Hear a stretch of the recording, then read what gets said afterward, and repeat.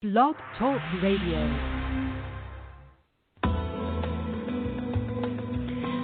Welcome to Messages from Above with Toni G. Toni is a world-renowned psychic medium. She has had the gift of being a psychic medium and channel her entire life.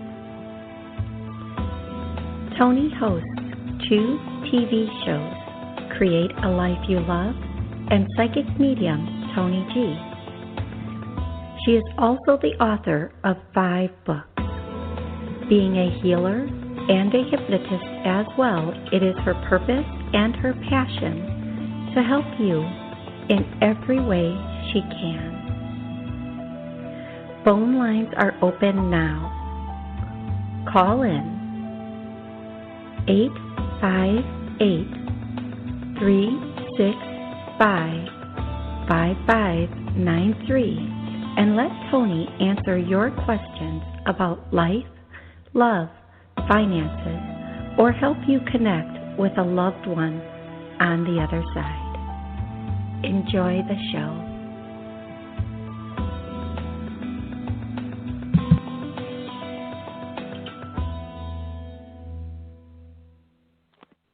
Good morning and welcome to Messages from Above with Toni G. Thank you so much for listening in this morning. I hope you had a fabulous weekend. I really do.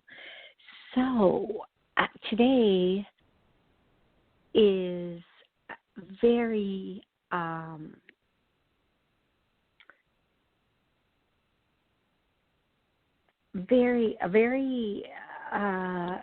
I really want to be able to talk about love and relationships. This is, and not only love and relationships as it applies to a partner, but to family and friends also. And the reason they are choosing this topic, they being angels, guides, whatever we want to call them, is because of everything going on in the world right now and the chaos. Just there seems to be a little bit more chaos now than normal. So as we start, the first thing they want to say, and I'm just going to channel for a short bit here. But as we start, the first thing that's important to understand is all chaos starts within us, right? So we think all this stuff is happening outside of us, and we really don't have any control over it. But all chaos starts within us, all disagreements, all everything. Someplace inside of us, there's this little drama button that's either being pushed or dying to be pushed. And I know that sounds like, nope, that's not true, that couldn't be true, but here's the deal. In this world, there are people who never hear about a lot of the drama and chaos going on, and then there are people who do. Now, let's take this to a more, a smaller circle. Let's just call it family and friends. And this really is about love. And we're going to cover just a couple different areas about love and about relationships and chaos and drama. So when we bring that down to our family and friends, did we grow up in an environment where it was chaotic and there was arguments or everything was harmonious?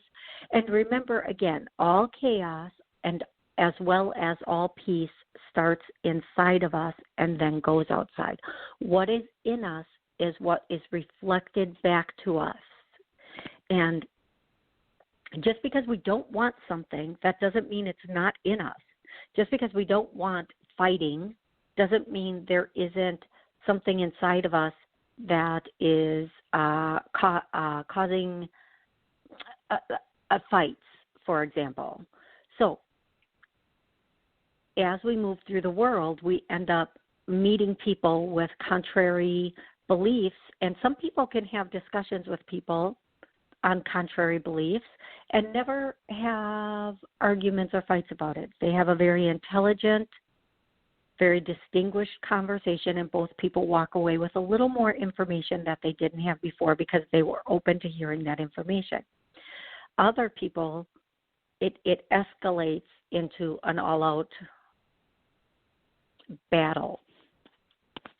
And as we go forward, that's what we tend to attract, either intelligent conversations with alternative viewpoints or battles.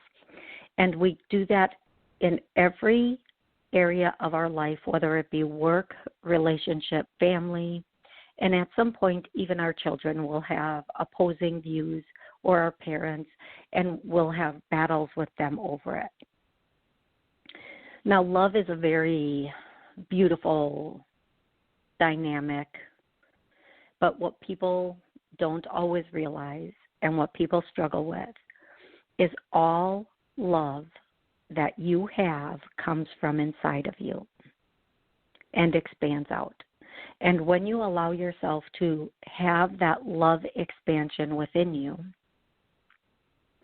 it automatically grows and expands and touches those around you. When you limit the love that you have for yourself, and I'm not talking egoic, unconditional love, healthy love for self. And we've not been taught, most of us, the difference between egoic love and healthy love, unconditional love. And another thing, so when we fall in love, we think that these feelings that we have are coming from the other person or from the relationship. What we don't realize is those are our feelings of love that are so strong for that person that that's what's making us in that state of euphoria, that state of happiness, that state of joy. Okay? We're not really clearly looking at and understanding the other person's feelings. We're not listening to that because we think our feelings are the situation. Now, I'm going to take that into every situation in your life. Okay? Now, pay attention. Those feelings that we have, we are 99% of the time assuming that those are the feelings of the whole situation and everybody involved. And when somebody comes in with a contradictory feeling or opinion, then we feel it takes down our feelings, or our feelings are not being validated, or our thoughts. And that's where the chaos or the drama or the battle begins. But let's go back to love for a moment here.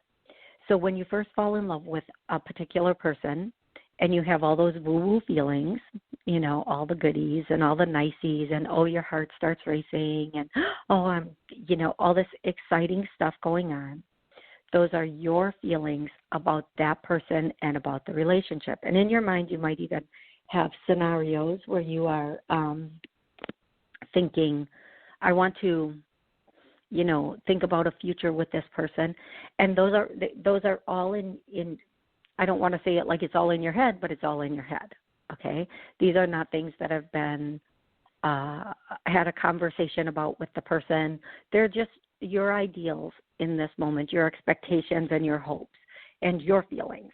But sometimes those feelings are so strong, we assume, or we don't take the time to look at, is this mutual? And by the time we get to that point, we may realize it wasn't, and then we have to deal with that.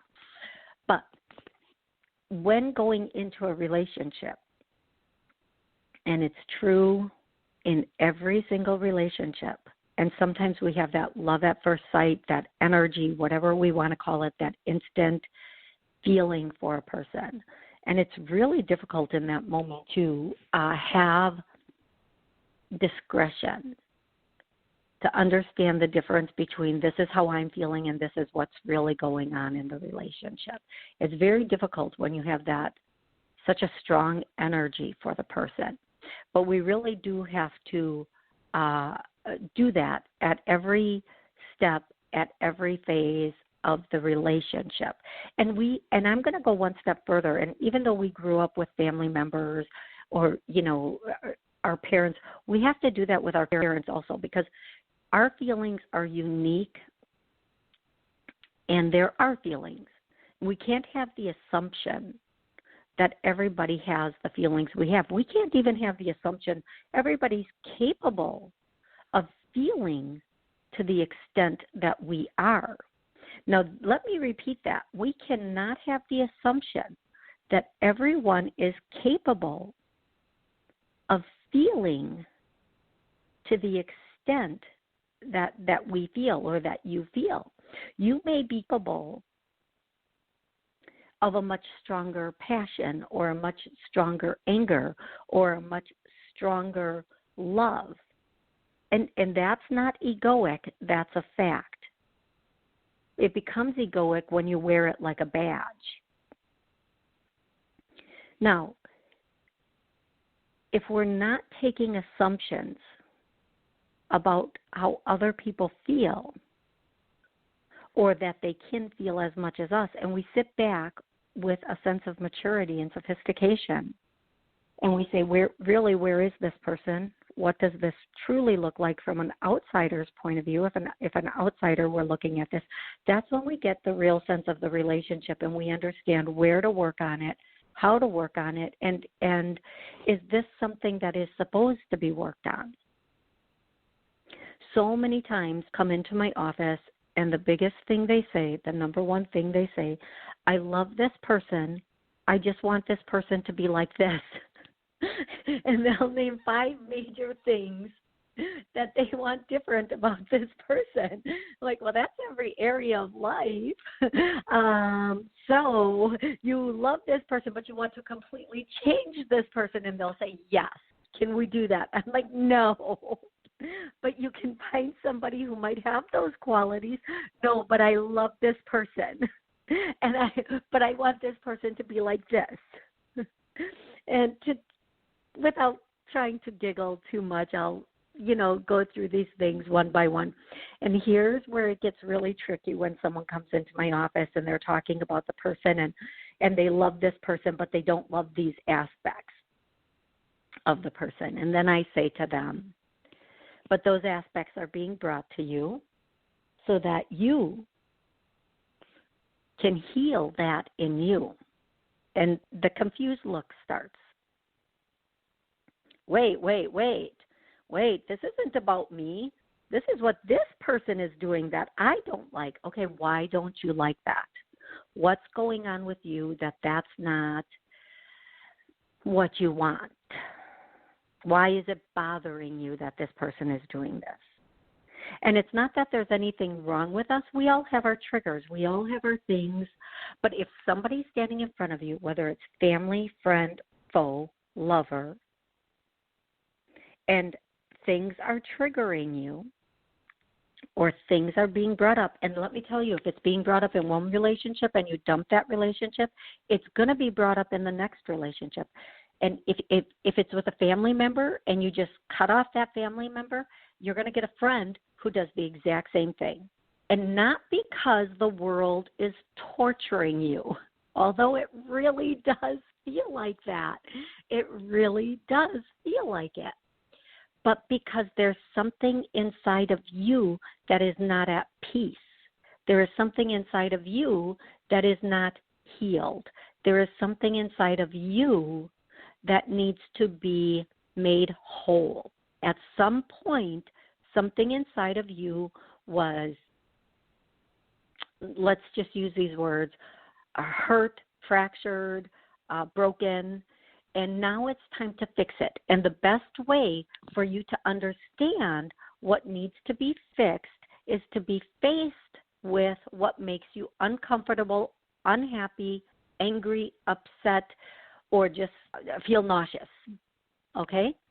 Because in this world, to be whole, to be in a physical body, but to behave as spiritual, is to have nothing that takes you out of your sense of peace. Oh God, I need to re-listen to this show because this is good and I want to re-listen to it because as I say things, I don't always remember them when I channel.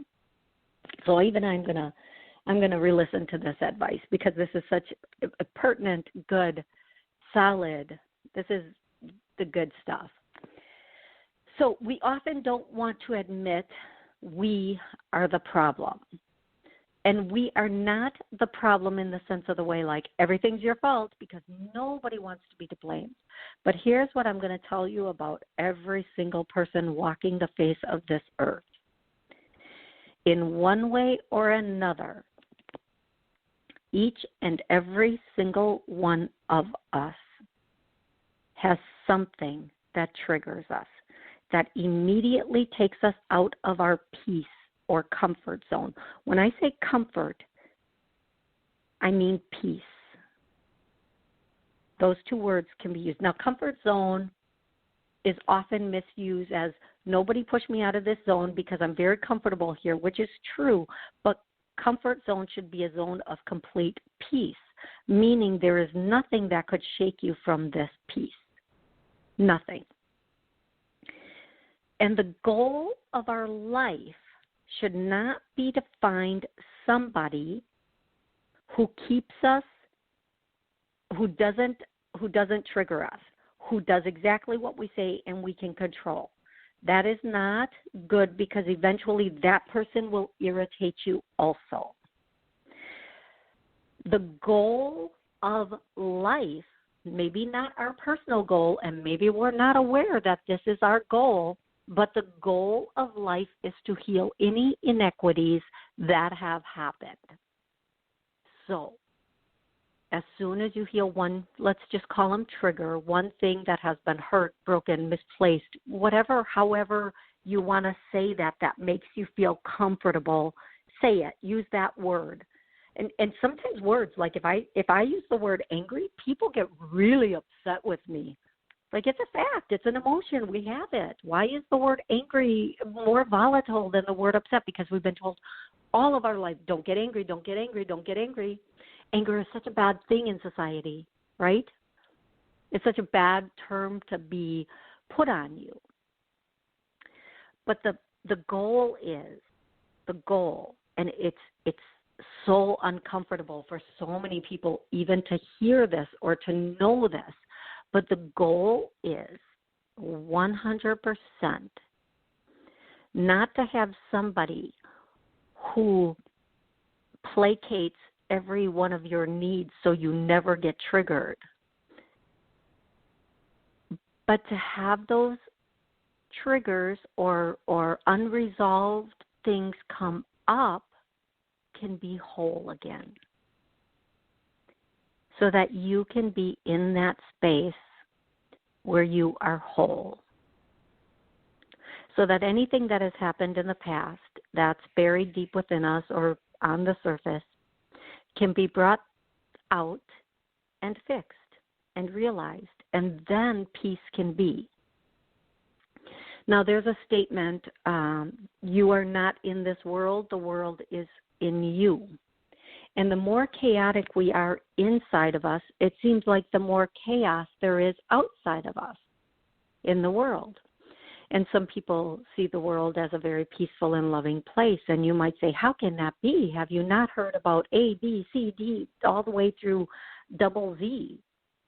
And what I'm going to say to you today is seek out the truth that is inside of you, even if it becomes so uncomfortable you want to scream. Only then can real change happen inside of you. And once real change happens inside of you, that change happens for the whole world. And as a matter of fact, if I told you if you healed one thing inside of you, you've healed it for your lineage, it would make so much more difference. And it's true, as we heal, as you heal your DNA, it changes future DNA. So it's really worth the work. It really is. Okay, I'm going to go to callers, and I want to thank people who have called in and have questions. When I say your area code, please tell me your name and where you're calling from, and then we will go with your question. So I'm going to go to the first caller, 919. Hello, 919. How are you today? Hi, Toni. My name is Lucy. I'm calling from Virginia. I know Hi. you have a different topic today. How are you? I was so hoping good. that good. And thank you for everything you were saying. There comes you don't want to hear it. Thank you. Oh, yeah, nobody ever wants to hear it. I can't tell you the number of callers that dropped while I was talking. And they just kept saying, just keep talking. The right people are going to get it. Like, nobody ever wants to hear it. But it's okay. Because you know what? Yeah. If we were perfect, we wouldn't be here, right? If we were perfect, we wouldn't be here. And it's okay, whatever. That is true. And that whatever your true, question is, what? Thank you. Thank you. Thank you. But I was wondering if I know you have a different topic today, but I was wondering if you were would be able to connect to a deceased loved one for me. Absolutely. First name and relationship? David, husband. Okay. So I'm going to tell you the first person I see is it's a thinner, older woman. Okay, she's the first person I see, a very thinner, older woman. And she could, based on the way she's dressed, she's wearing, and this could be on David's side also, just to show he's with them, but she's wearing a dress that, like a cotton dress that comes down to her ankles and down to her wrists and up to her neck. Very, I forget what they call those. But she's thin and she has the white gray hair and very, very, she's there. She's the first person I see. And then if I say, David, are you here? I get a yes. He has my ear, so I'm not necessarily seeing him right away, but I'm hearing him.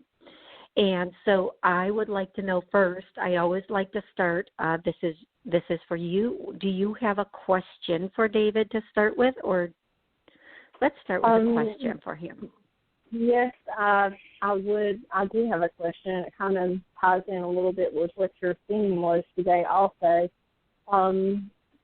What was your mental condition in the last month prior to your death? The one word I'm hearing is confusion. So I don't know if you would consider that his mental condition. Here's what I'm going to say. I'm hearing one word, confusion. Now, that could mean he was confused about what was going on, or a medication he was taking was making him very confused, or he just was constantly like a little bit not really knowing what was going on around him. I was just wondering about his mental condition because he was not himself. He was acting very irrational.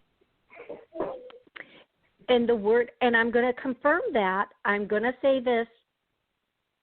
He's saying confusion.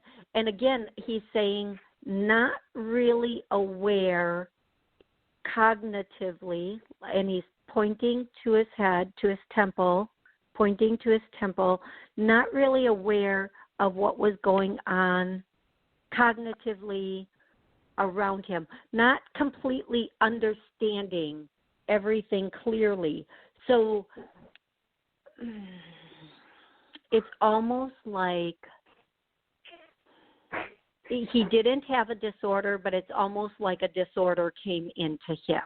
But he would not have been diagnosed with anything. It was just the point he was at with things.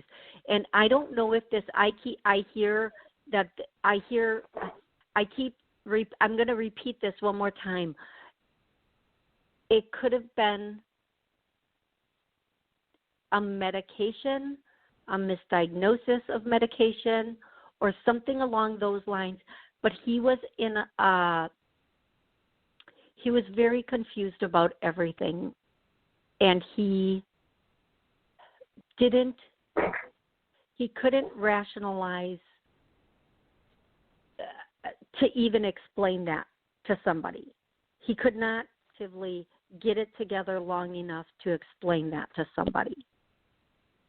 So the further down it went, the further down it went, is the statement I'm hearing. So, like, for example, if it was something he was ingesting, like a medication, the more that got in his system, the worse it became. And you know what? You know what? I'm gonna go this far.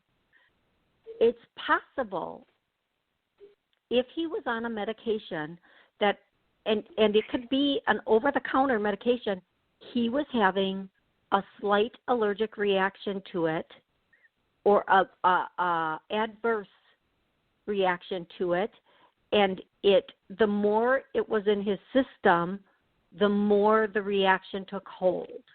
But whatever this is, it came in slow and it grew. It's not something that stayed. It's not something that hit him all at once. And I'm even going to go so far to say, as this started 15 days prior to you noticing it, it took 15 days for the buildup, or at least 15 days before anybody really noticed it. And then by that point, nobody would have been able to figure it out, because it wasn't something brand new that had just started. Does any of that, God, I hope this makes sense to you. It does, but he had a fall about a year prior to his death, and after that time he started changing tremendously. I mean, mood up and down. I mean, just really, really bad, and it caused a lot of issues between us, and it just was not him. I knew it was not him. I'm going to say, I want you to go back in the last 2 months, but especially about a month and a half prior. I want you to go back, and if you still even have it, if he was on anything, even like a baby aspirin or whatever it was, kind of look at it, and you'll get a sense of what it was that caused that final decline, okay? He was on so many different meds. I mean, depression medications and, a lot of medications for this health condition, too. It would really be hard to narrow it down. Know which one it was. Could have been. Yeah. It would be very, very difficult. I honestly 100% feel like that one of those medications made him out of sorts, is the term I'm getting. And sometimes this can be a medication that's interacting with a medication, and I instantly hear no, and I hear that it's something that just affected him. It just made him out of sorts. Out of sorts. I'm so sorry that you did go through that, though. That had to be such a difficult experience. It was really bad, because it almost put him like a kind of like a paranoid type condition. I mean, to the point that he thought that I was, running around on him. I mean, it was just really, really bad. And I'm so sorry. And, he actually even shared that with some people, and so that has not been a, good outcome for, how people take something and run with it. And so oh my goodness, People love a story, don't they? Whether it's true or not, they do. Yes, they do. And I know it wasn't him saying that; he was just sharing his thoughts, but then, people kind of hear what they want to hear to cause the most drama. that drama thing, there it is. Yes, 100%. Well, love, I'd love to keep talking with you, but unfortunately, the show has ended. Thank you. I want to thank you and everybody who listened, and until next Monday at noon, I hope you have an absolutely amazing. You are so welcome. You're so welcome. Thank you. Take care. Bye-bye. Bye-bye.